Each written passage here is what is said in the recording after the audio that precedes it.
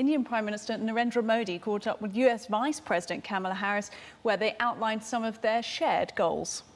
As democracies around the world are under threat, it is imperative that we defend democratic principles and institutions within our respective countries and around the world, and that we maintain what we must do to strengthen democracies at home. And it is incumbent on our nations to, of course, protect democracies in the best interest of the people of our countries.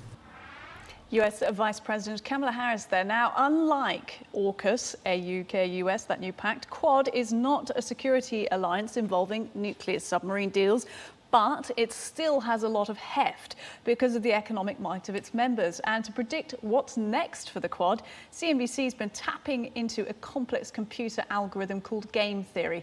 This involves building frameworks or models to conceive social situations among competing players and deploying computing power to predict how these individuals will interact and what the outcomes will be. Now, CNBC.com editor Ted Kemp is here to tell us more about this special project. Ted, we discussed a lot about the Quad just over the last week in the last few hours of the show. And instead of that, let's talk about one of the more major predictions involving non-Quad countries in Asia and beyond, because some people do feel on the outside of this alliance. How do they view it? Yeah, it's an interesting question because obviously we were focusing primarily on the Quad countries, right? And as they built the model, they focused on those 4 states and on China, of course. One of the major predictions that came out of this game theory algorithm is that other countries, that is to say, not Quad members, they will either, the model predicts, either align themselves with the Quad on maritime security in particular, or otherwise they'll support its positions related to Indo-Pacific security. And there were some surprise names there. There are countries, well, South Korea, to name one, was predicted by the model to align itself with the Quad. And of course, as you both know, South Korea kind of has its own very delicate strategic world that it lives in. So that was interesting to see them come there. And also some major powers from Europe were predicted to align with the Quad, including the United Kingdom and France. I feel like I should point out as well that the model actually predicted that the United Kingdom specifically would work more closely with the Quad before AUKUS was announced. So in a way, it sort of validated that part of the forecast. So you're getting some predictions on the sympathizers and critics, but what about winners and losers? Yeah.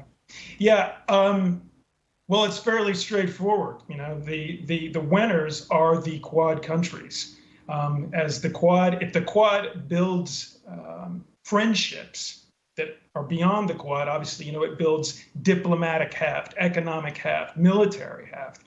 And the loser, if there is one, it has to be China. Though the Quad never openly talks about itself as a counterbalance to China, it's fairly well understood across the board that is, in fact, what it's there for. And I mean, Ted, some of our guests have been talking about the obvious difference in alliances between defense alliances like, some of these, and then obviously trade alliances like CPTPP, one of our top stories today. But the Quad does have some sort of impact on the global economy, surely. Yeah, that's a great point, Rosanna. Before this year, really, the Quad was strictly spoken about as a sort of, loose conversation. I think they call it a strategic dialogue about maritime security and defense. But in this year, March, with the statement that the Quad released jointly, and then the White House, a statement that came out just subsequent to that, are clearly alluding to what are really economic issues.